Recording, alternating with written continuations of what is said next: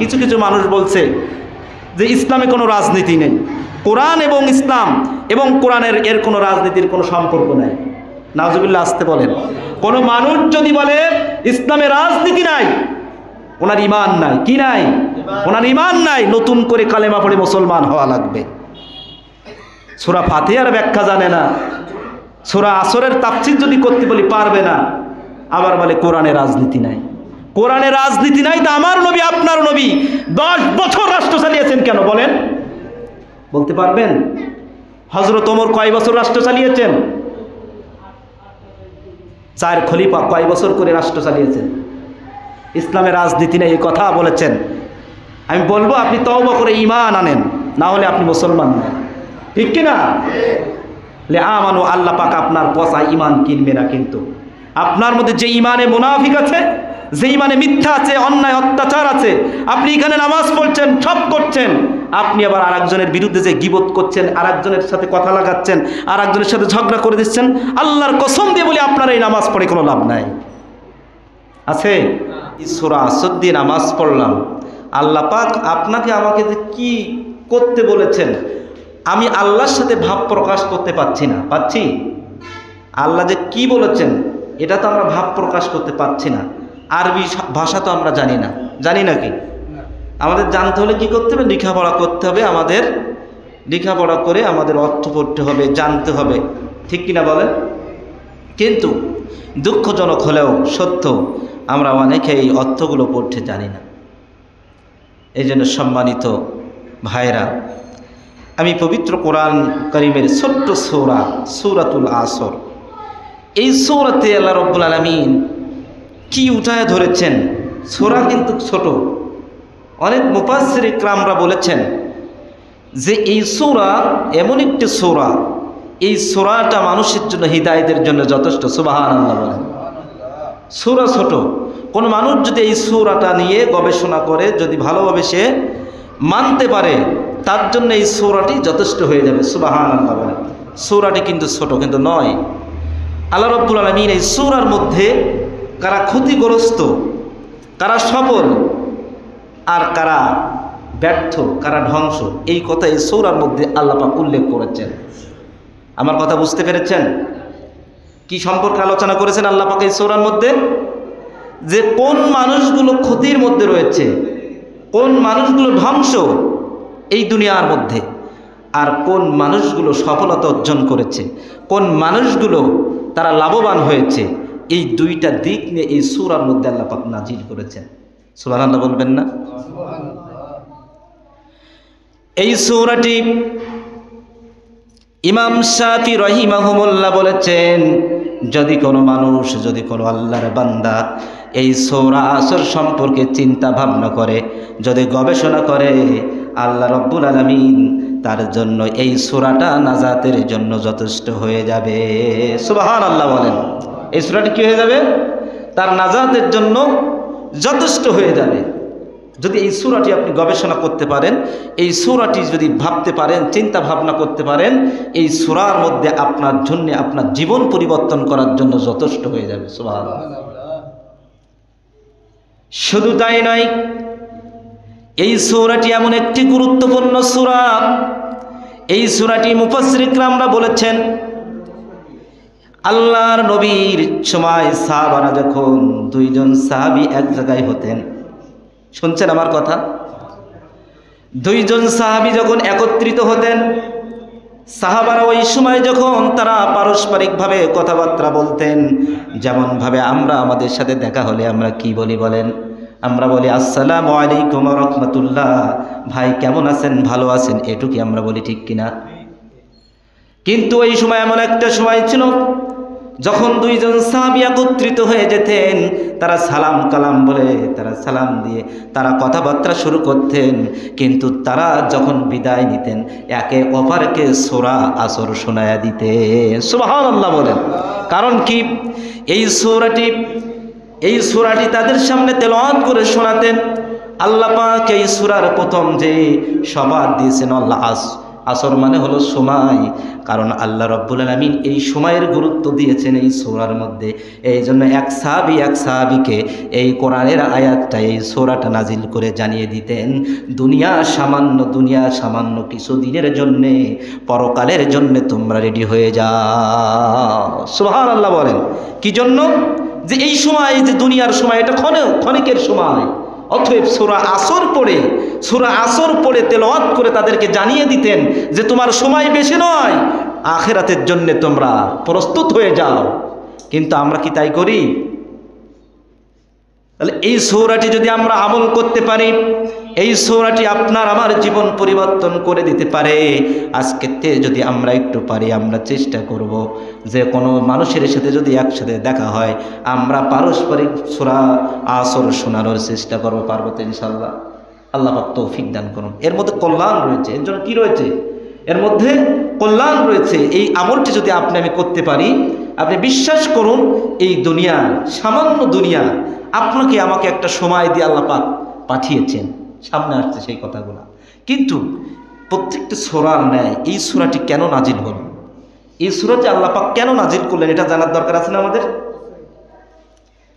অনার্থক তো আল্লাহ রাব্বুল আলামিন কোনো সূরা নাজিল করেন না, করেন নাকি? আল্লাহ পাক অনার্থক কোনো সূরা নাজিল করেন না, কোনো আয়াত নাজিল করেন নাই বিশ্বনবী সাল্লাল্লাহু আলাইহি সাল্লামের পরে।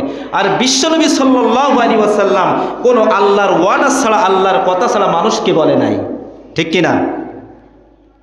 আল্লাহ রাব্বুল আলামিন বিশ্বনবীকে বলেছেন, যদি আমার নবী কোরআন ছাড়া, আমি আল্লাহর কথা বাদ দিয়া যদি নিজের থেকে একটা কথাও বানায়া বলতো, আমি বিশ্বনবী মুহাম্মাদুর রাসূলুল্লাহর ডান হাতকে চেপে ধরতাম। যদি বিশ্বনবী তার নিজের কোনো ব্যক্তিগত কথা বলতো, নিজের বাপ দাদার কোনো কথা বলতো, আমি বিশ্বনবীর ডান হাত চেপে ধরতাম। শুধু তাই নয়, বিশ্বনবীর ডান হাত না, বিশ্বনবী যদি কোরআন বিকৃত করত, নিজের কথা যদি মানুষকে বলাতো বা মানুষকে শোনাতো, আমি বিশ্বনবীর গলার কণ্ঠকে আমি কেটে দিতাম। আল্লাহু আকবার বলবেন না? আর আমরা কি বলি? এক গ্রুপের আলেম ওলামা আছে, ভণ্ড, বিভিন্ন পীরের নাম দিয়া ভণ্ড, বাবার মাজার, পূজার মাজার, ঠান্ডা না গরম শূন্যে এইসব পালন করতে, যে কোরআনকে বাদ দিয়া নিজের বাপদাদার আইনকে আমরা প্রাধান্য দিয়ে থাকি, ঠিক কিনা বলেন? আমরা এই সমস্ত পীর মানি না। যে সমস্ত হুজুররা, যে সমস্ত মুফতি মুহাদ্দিস কোরআন বাদ দিয়ে নিজের বাপদাদার কিচ্ছা কাহিনী বলে, আমরা এটা শুনবো না, ইনশাআল্লাহ বলি। আমরা জোরে বলি ইনশাআল্লাহ। এই জন্য বিশ্বনবী সাল্লাল্লাহু আলাইহি ওয়াসাল্লাম তার নিজের থেকে কোনো কথা বলতেন না। আল্লাহ যেটা বলতেন, ওয়ামা ইয়ানতিকু আনিল হাওয়া ইন হুয়া ইল্লা ওয়াহিয়ু ইউহা, বিশ্বনবী বলছেন, আল্লাহ তাআলা বলছেন যে বিশ্বনবীকে আমি যেটা বলতে বলেছি সেটাই বলেছেন। সুবহানাল্লাহ।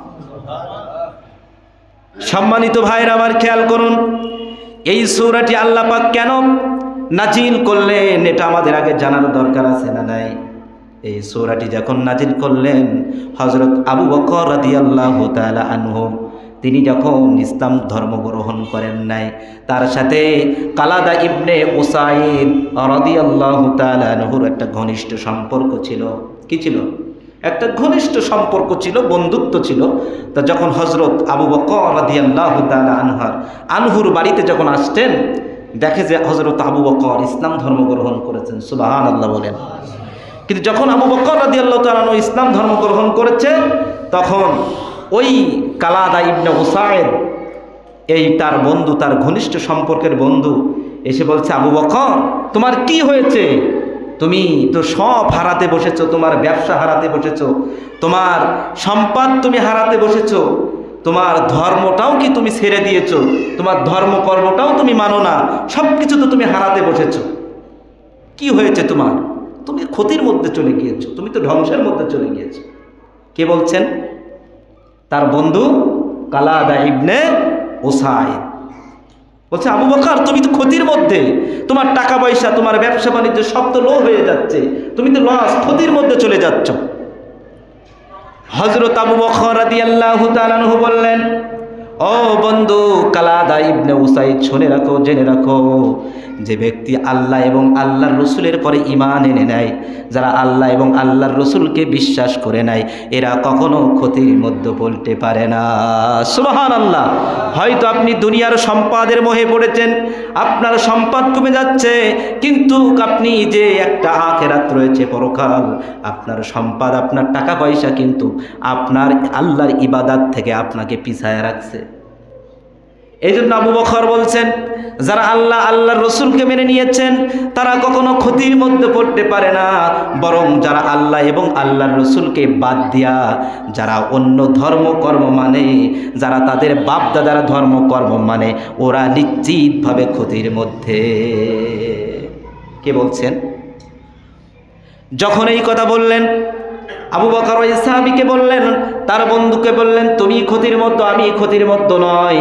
তখন তার ওই বন্ধু সাহাবীর কথার জবাবে আমার আল্লাহ পাক নাজিল করে দিলেন, আমার সাথে পড়েন, ওয়াল আসরি ইন্নাল ইনসানা লাফি খুসর ইল্লাল্লাযীনা আমানু ওয়া তাওয়াসাউ বিল হক ওয়া তাওয়াসাউ বিস সবর। সঙ্গে সঙ্গে এই সূরাটি আল্লাহ পাক নাজিল করে দিলেন। সুবহানাল্লাহ বলবেন না? তিনি জানিয়ে দিলেন যারা আল্লাহ এবং আল্লাহ রসুলের সাথে রয়েছেন এরা কখনো ক্ষতির মধ্যে না, কারা সফল, কারা ক্ষতি আর কারা লাভবান, আল্লাহ পাক এই সূরার মধ্যে জানিয়ে দিয়েছেন। সুবহানাল্লাহ বলেন।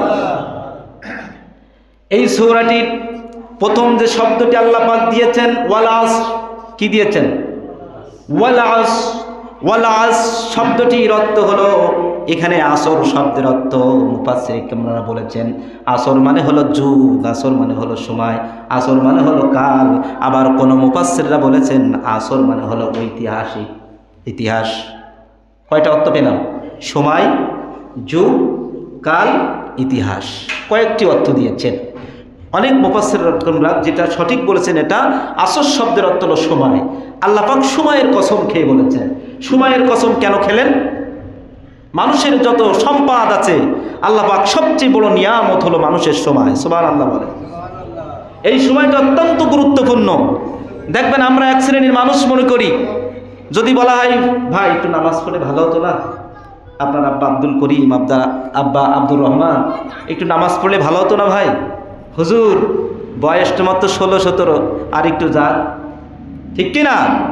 বলি কিনা বলেন? হুজুর বয়স মাত্র 24-25, বিয়ে শাদী করি, তারপর যদি কাউকে দাড়ি রাখার কথা বলা হয় কি বলেন? মেয়েটা বিয়ে দিই, ছেলেটা বিয়ে হোক। মিথ্যা বলছি? এরকম আছে না নেই? অনেকেই নামাজ পড়ে না, বিয়ের বেড়েতে বিয়ের সাথে সঙ্গ, বিয়ে নামাজি আলেম, নামাজ পড়তে হয়। সম্মানিত বন্ধুরা খেয়াল করুন, আমি আপনার বিবেককে কাজে লাগানোর জন্য কথাগুলো বলছি। এই সময়টা এমন একটা সময় চলে আসবে, এই সময়ের অবহেলা যদি আপনি করেন, আমি যদি করি, তাহলে আমি ক্ষতির মধ্যে পড়ে যাব। অতএব বলা আসর শব্দটির অর্থ হলো আল্লাহ পাক এখানে সময়ের কসম খেয়ে বলেছেন, কারণ এই সময়ের গুরুত্ব বেশি দিয়েছেন। আপনি যে সময়ের কথা বলছেন, আপনার কাছ থেকে আপনার বয়স বাড়ছে না, দিন দিন আপনার কাছ থেকে আপনার বয়স কমে যাচ্ছে। আল্লাহু আকবার। কমে যাচ্ছে না? আমার বয়স এখন 33, আগামী বছর আমার বয়স 34 হয়ে যাবে। এইভাবে দেখবেন আইসক্রিম, যখন আইসক্রিম গলা শুরু করে দেয়, আইসক্রিমটা প্রথম কিন্তু বড় থাকে, আস্তে আস্তে ধরে রাখবেন, দেখবেন আইসক্রিমটা আস্তে আস্তে গলে একেবারে শেষ হয়ে যায়। মানুষের জীবনটাও এরকম, আপনার আমার জীবন আইসক্রিমের মতন গলে গলে শেষ হয়ে যাচ্ছে। আপনি আমি বুঝছি না, বুঝতে পারছি? সম্মানিত ভাইরা আমার খেয়াল করুন, আপনাকে আমাকে আল্লাহ পাক একটা সময় দিয়ে নির্ধারিত করে পাঠিয়ে দিয়েছেন। সেই সময়টা কারোর 70 বছর, কারোর 80 বছর, কারোর 90 বছর, কারোর আবার 10 বছর, কারোর 5 বছর, এরকম সময় ভেদে ভেদে আল্লাহ রাব্বুল আলামিন আপনাকে আমাকে সময় দিয়ে দিয়েছেন। আল্লাহর কসম দিয়ে বলি, যখন আপনার কাছ থেকে সময় চলে যাবে, 1 মিনিট আপনি দুনিয়ায় থাকতে পারবেন না, ঠিক কিনা? 1 মিনিট থাকার আপনার অধিকার নাই।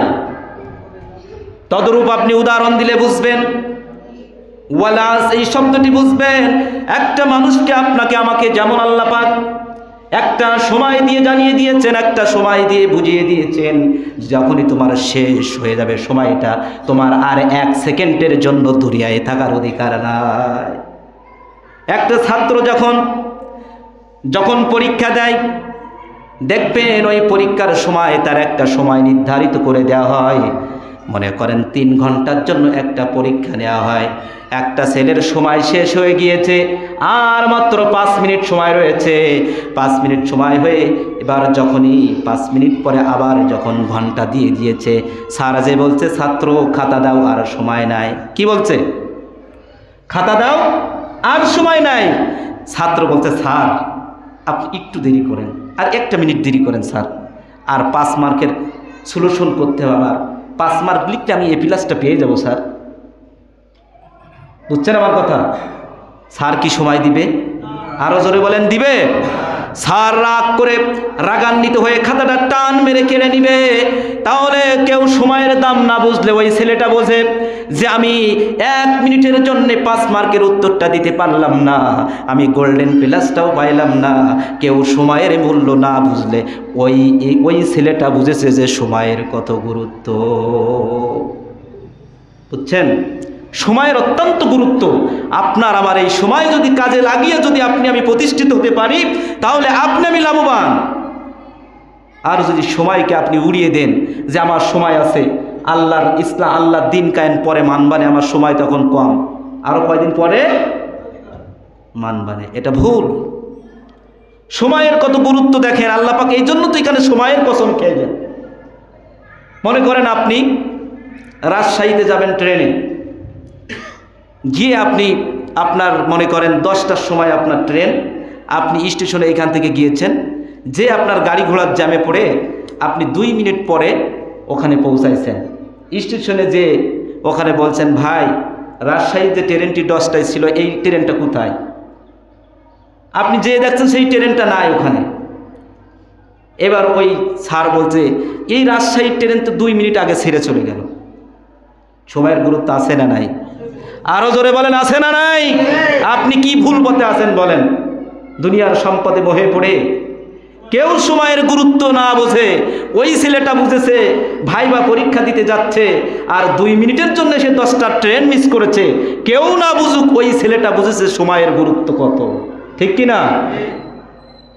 কোনো রাজনৈতিক দল যখন ক্ষমতা যায় তাদের পাওয়ার কম থাকে না বেশি থাকে? আরো জোরে বলেন, বেশি থাকে না? যখন ক্ষমতায় যে দলই হোক, আমি কাউকে ইন্ডিকেট করছি না, যে দলই ক্ষমতা আসে বগল ফাঁক করে হাঁটে, কারোর মানে না, এর কাছ থেকে মারধর, ওর চাঁদাবাজি, ওর কাছ থেকে ছিনতাই, জোর করে দোকানপাট লুটনোর, জায়গা জমি লুণ্ঠন নিয়ে নেয়। এইবার মারধর তো দিয়েছে এক শ্রেণীর মানুষকে, আপনি মেরেছেন, আপনি অন্যায় করে জুলুম করেছেন, আলেম ওলামা নির্যাতন করেছেন, যাকে ইচ্ছে তাকে মামলা দিয়েছেন। আপনি যখন ক্ষমতা চেঞ্জ হবে ওইটা আপনার কপালেও জড়বে। ঠিক কিনা? আপনি যে অন্যায় করেছেন, এই অন্যায়ের ফসল যেটা আপনি তৈরি করে গেলেন, আপনি কেন পলাবেন? আপনি রাজনৈতিক দল করেন, আপনি কেন পলাবেন? আপনার তো পলানোর দরকার না, আপনার ইচ্ছা আপনি একটা দল করতেই পারেন। তাই বলে আপনি মানুষের নির্যাতন করে মারবেন, হামলা দিবেন, মামলা দিবেন, এটা তো মেনে নেওয়া যায় না। যখনই 5 বছর পরে তার ক্ষমতা চলে যায়, তখন বোঝে এই 5 বছরের মূল্য কত বড়, তখন বোঝে। ঠিক কিনা? সময়ের দাম আছে না নাই? আল্লাহ রাব্বুল আলামিন এই কথাই বললেন, ওয়ালাস, সময়ের কসম খেয়ে বলছে সময় যেহেতু কম। এ দেখেন আমি একটু আগে 45-এ আলোচনা শুরু করেছি, আমার সময় কত? একটু পরে 1:25 বেজে যাবে, আমি আর এখানে বসে আলোচনা করতে পারবো না। তাহলে সময়ের মূল্য আছে না নাই?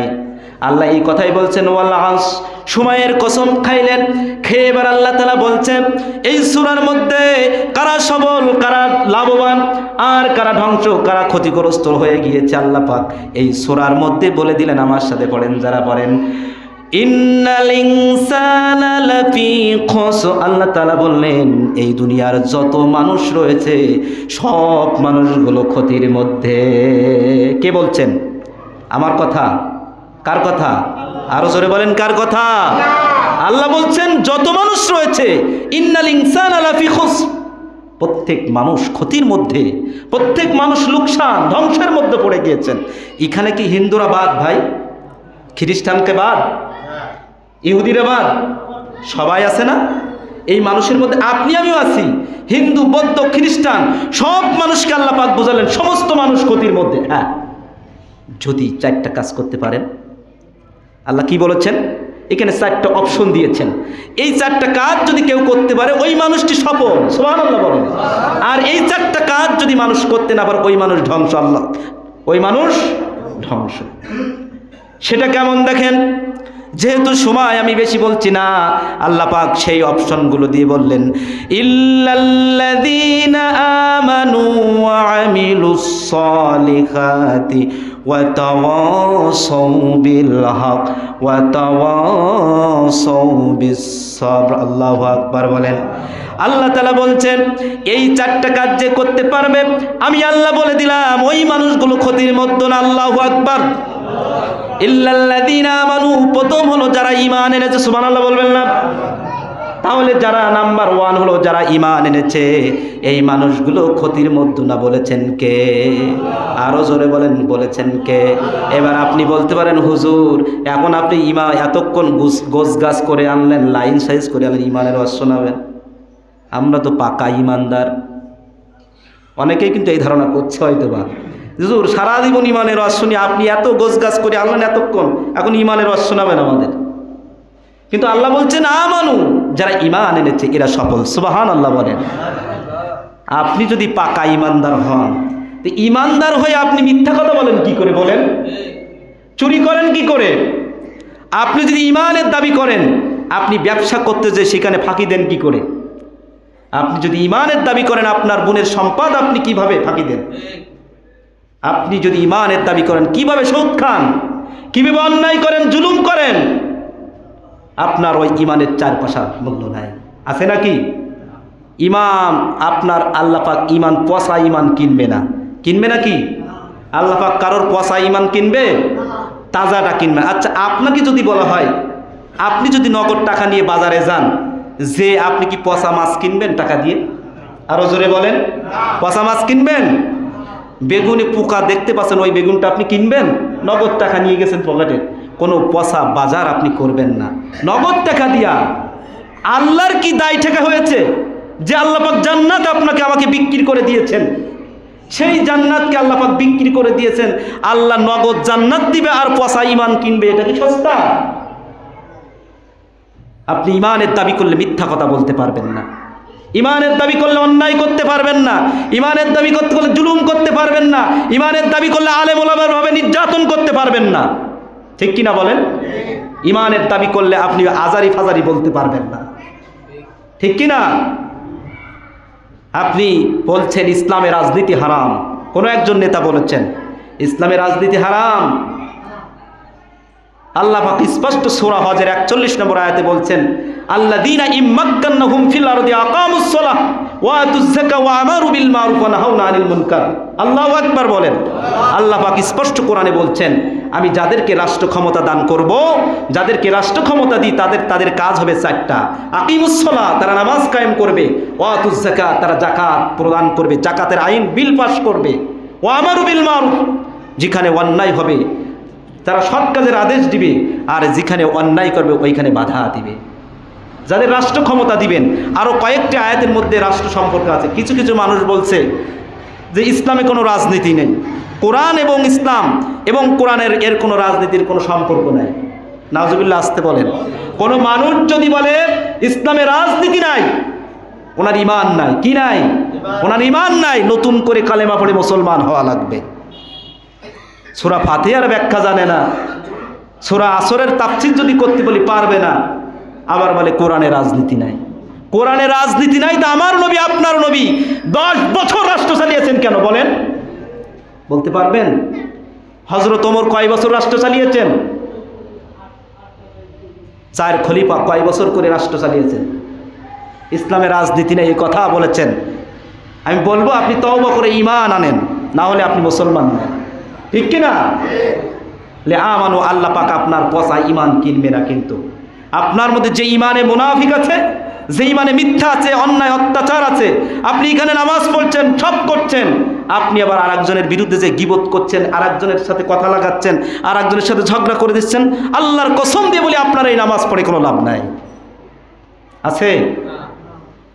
আল্লাহ রাব্বুল আলামিন সেই কথাই বললেন, ইন্নাল্লাহা আশতারা মিনাল মুমিনিনা আনফুসাহুম ওয়া আমওয়ালাহুম বিআন্না লাহুমুল জান্নাহ ইউকাতিলুনা ফি সাবিলিল্লাহি ফায়াকতুলুনা ওয়া ইউকতালুন। আল্লাহ পাক বলছেন, আমি মুমিনের কাছ থেকে জান্নাত বিক্রি করে দিয়েছি, বিনিময়ে আমাকে জান দিয়েছে আর মাল দিয়েছেন। বলেছেন কে?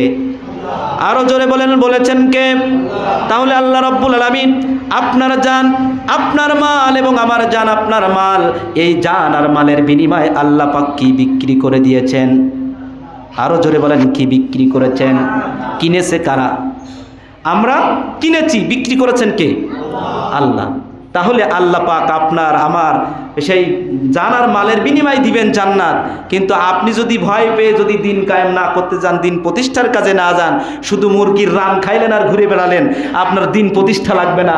মামুর বাড়ি এত জান্নাত নাকি? মামুর বাড়ি? আম হাসিবতুম আন তাদখুলুল জান্নাহ ওয়া লাম্মা ইয়াতিকুম মাথালুল লাযীনা খালু মিন ক্বাবলিকুম। আল্লাহ পাক বলছেন, জান্নাত তো সোজা নয়, জান্নাতের পথে হলো কাঁটা। আল্লাহু আকবার বলেন। জান্নাতের পথে কি বিছানো? রক্ত বিছানো, কাঁটা বেজানো। আপনি ওইসবের তালে যাবেন না। আপনি শুধু সবার কাছে ভালো সেজে থাকবেন আর আপনার ঈমান মজবুত হবে। এটা কি অত সহজ? অত সহজ? আল্লাহ পাক আরো বলছেন, ঈমান আনতে হলে 3টা কাজ লাগে। কয়টা কাজ? আরো জোরে বলেন। 3টা। নাম্বার 1, একটা হলো ইকরার বিল লিসান, মুখে স্বীকার করতে হবে। কি করতে হবে? মুখে স্বীকার করতে হবে। তাসদীক বিল জিনান, আপনার অন্তরে বিশ্বাস করতে হবে। আমল বিল আরকান, তদ অনুযায়ী আমল করতে হবে। এর নাম হলো ঈমান। আপনি সব করছেন, নামাজ পড়ছেন, রোজা রাখছেন, আপনার গোপনে গোপনে যে চাচ্ছেন। একজন আমার বলছে, দুঃখ লাগে কথাটা, আমারও একজন বলছে, হুজুর যদি অমুক দল ক্ষমতায় আসে তা আমাদের কি বাঁচায় রাখবে? সেটাও একটা ইসলামী দল। আশ্চর্য হয়ে যেতে হয়, ইসলামকে এরকম কোনো কথা বলে? ইসলাম হলো শান্তির ধর্ম। আল্লাহু আকবার বলেন। ইসলাম কাউকে মারতে বলে না, আগে বলে না কি? আমার বিশ্বনবী সাল্লাল্লাহু আলাইহি ওয়াসাল্লাম মক্কা বিজয়ের পরে কি কয়েকজন সাহাবীকে বাদ দিয়ে সবাইকে মাফ করে দিয়েছিলেন না? তাই ইসলাম কি কাকে মারার প্রাধান্য দেয়? একটা ইসলামী দল হয়ে বলছে, যেখানে দেখছে সব মানুষকে সাহায্য করছে এই দলটি, হিন্দুদেরকে নিরাপত্তা দিচ্ছে, আর সে একজন ইসলামী দল হয়ে বলে, হুজুর এরা যদি ক্ষমতা আসে আমার কি বাঁচায় রাখবে? এই ঈমানের কোনো লাভ আছে? বলেন। আল্লাহ পাক আরো একটা আয়াতে বলছেন, সূরা হুজরাতের 15 নম্বর আয়াত, ইন্নামাল মুমিনুনা আল্লাযীনা আমানু বিল্লাহি ওয়া রাসূলিহি সুম্মা লাম ইয়ারতাবু। আল্লাহ পাক বলছেন, তারাই তো প্রকৃত মুমিন। তারাই তো কি? প্রকৃত মুমিন, যারা আল্লাহ এবং রসুলের প্রতি ঈমান আনে। সুবহানাল্লাহ বলেন। যারা আল্লাহ এবং সুম্মা লাম ইয়ারতাবু, তারা কোনো সন্দেহ করে না, তারা কোনো কি অজুহাত খাটায় না, তারা এক বাক্যে তারা কালেমা পড়ে মুসলমান গ্রহণ করেছেন। আল্লাহর কোনো দিনের প্রতি তাদের সন্দেহ নেই। সুবহানাল্লাহ বলবেন না? এরা হলো কি? এরা হলো ঈমান। ওয়া জাদু বিআমওয়ালিহিম ওয়া আনফুসিহিম, আর তারা কি করে? তাদের জান এবং তাদের মাল দিয়া ফি সাবিলিল্লাহ, আল্লাহর রাস্তায় জিহাদ করে। সুবহানাল্লাহ। এরা কি? উলাইকা হুমুস সাদিকুন, এরাই হলো সত্যবাদী। সুবহানাল্লাহ। তাহলে ঈমানদার কারা? এই সংজ্ঞাতে আমরা কি বুঝলাম? যারা আল্লাহ এবং রসুলকে এক কথায় বিশ্বাস করতে হবে, কোনো সন্দেহ করা যাবে না। আল্লাহ রাব্বুল আলামিন আরেকটা আয়াতে বললেন, ইন্নাল্লাযীনা ক্বালু রাব্বুনাল্লাহু সুম্মা ইসতাকামু তাতানাজ্জালু আলাইহিমুল মালাইকা আল্লা তাখাফু ওয়া লা তাহজানু ওয়া আবশিরু বিল জান্নাতিল্লাতী কুনতুম তুআদুন। জোরে বলি আল্লাহু আকবার। আল্লাহ তাআলা বলেছেন, ইন্নাল্লাযীনা ক্বালু রাব্বুনাল্লাহ, নিশ্চয় যারা ঈমান আনে, ক্বালু রাব্বুনাল্লাহ সুম্মা ইসতাকামু, যারা আল্লাহর রাস্তা, ইন্নাল্লাযীনা ক্বালু, যারা বলে, ক্বালু রাব্বুনাল্লাহ, আমার রব আল্লাহ। যারা কি বলে? যারা বলে আমার রব আল্লাহ, আর কাউকে রব মানে না।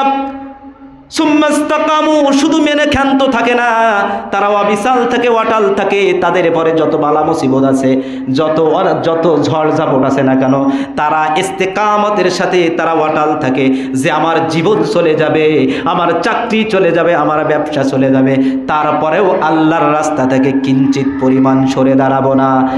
এদের নাম কি বলেন? ঈমান, মুমিন। এরাই হলো ঈমানদার মুমিন। বুঝছেন মুমিন কাকে বলে? এই কথাটা একেবারে সহজ নয়। রব্বুনা আল্লাহ সুম্মাস্তাকামু কথাটা একেবারে সহজ নয়, কথা অত্যন্ত কঠিন। সুম্মাস্তাকামু, অটাল থাকবে মানে রবকে আমি শুধু মুখে বললাম আমার রব আল্লাহ, বলেন তো আমার কেউ মারবে? আমার কেউ কিছু বলবে? কেউ বলবে না। যখনই এই রব শব্দটি দুনিয়ায় প্রয়োগ করা হবে, সব কিছুতে রব মানার কথা আমি যখন দাওয়াত দিব, তখনই আমার পরে মায়ের আসবে। ঠিক কিনা? বলে এতদিন মুখী বলেছিস, কিন্তু তোর দরকার কি এইগুলা? হুজুর মানুষ মেহরাবের পরে বসে থাকবি, সমাজের মধ্যে তোর দরকার কি? এরকম আছে না নাই? আপনি আপনার বিবেকটা কাজে লাগান। যেখানে কোটি কোটি টাকা লেনদেন হয়, সেখানে একজন আলেম দরকার হয় না সেখানে একজন লুচ্ছ বজ্জাত বসবে? ওইটাই চান আপনারা? যে নামাজ পড়বে, যে মানুষের হকটা মানুষের কাছে দিয়ে দিবে, এই মানুষটা সমাজে বসলে, এই মানুষটা মেম্বার, চেয়ারম্যান, এমপি, মন্ত্রী হলে বেশি ভালো না যে নামাজ পড়ে না, জিনা করে, চুরি করে, মানুষকে অন্যায়ভাবে মামলা দেয়, এই লোকটা ওই সমাজে গেলে ভালো? আপনি নিজেই চান না যে আলেম মানুষ সমাজে যাক, তাহলে আপনার হক কিভাবে পাবেন? আপনি বলেন, পাবেন? ক্বালা রাব্বুনা আল্লাহ সুম্মাস্তাকামু, এই কথার পরে অটাল থেকে আমার নবী 3 বছর সিয়াবে আবু তালেব জেল কেটেছেন। ঠিক কিনা? আমার নবী তায়েফের মাঠে রক্তাক্ত হয়েছেন, ওহুদের মাঠে শহীদ হয়েছে, দাঁত শহীদ হয়েছে, হয় নাই? হযরত ওমর, আবু বকর, উসমান, হযরত আম্মার, হযরত খাব্বাব, এই সমস্ত সাহাবাদেরকে শুধু সুম্মাস্তাকামু, রবের পরে ইস্তিকমাত থাকার কারণে তাদেরকে এত অন্যায় সহ্য করতে হয়েছে, এক পর্যায়ে তারা শহীদ হয়ে গিয়েছে। আল্লাহু আকবার। এই কথার পরে ইস্তিকমাত থাকার কারণে আল্লামা দেলোয়ার হোসেন সাঈদী তিনি আজকে বাঁচতে পারে নাই। মতিউর রহমান নিজামী, আলী হাসান মুজাহিদ, কাদের মোল্লা, এই ইস্তেকামত, এই কথার পরে অটাল থাকার কারণে তারা সব কিছু তাদেরকে দেওয়া হয়েছিল অফার, তাদেরকে প্রাণ বিজ্ঞাপন তো বলা হয়েছিল চাও, কিন্তু তারা এই রবের পরে ইস্তিকমাত থাকার কারণে তারা বলেছে আমাদের মাথা, যে মাথা বলে সুবহান রব্বিয়াল আলা, যে মাথা বলে সুবহান রব্বিয়াল আযীম, যে মাথা আল্লাহর কাছে নুয়ে দেয়, এই মাথা কোনো বাতিলের কাছে মাথা নত করতে পারে না। ঠিক কিনা বলেন? এটাই তো আমাদের পরিচয়, এটাই ঈমানের বৈশিষ্ট্য। যেহেতু সময় বেশি হয়েছে, ওয়ালাস এই শব্দটির প্রথম নাম্বার যে সলিউশন হলো কি? ইল্লাল্লাযীনা আমানু, যারা ঈমান আনবে তারা সফল হয়ে যাবে। সুবহানাল্লাহ। আর কয়টা কাজ বাকি আছে? 3টা কাজ। এই 3টা আগামী জুমায়, যদি ইনশাআল্লাহ না হলে পরের জুমায়। যাই হোক, আজকের সূরা আসরের যে তাফসীর আমরা শুনলাম, আংশিক কিছু প্রথম অংশের তাফসীর শুনলাম। আল্লাহ রাব্বুল আলামিন আমাদের সকলকে আমাদেরকে মানার তৌফিক দান করুন, আমরা বলি আমিন।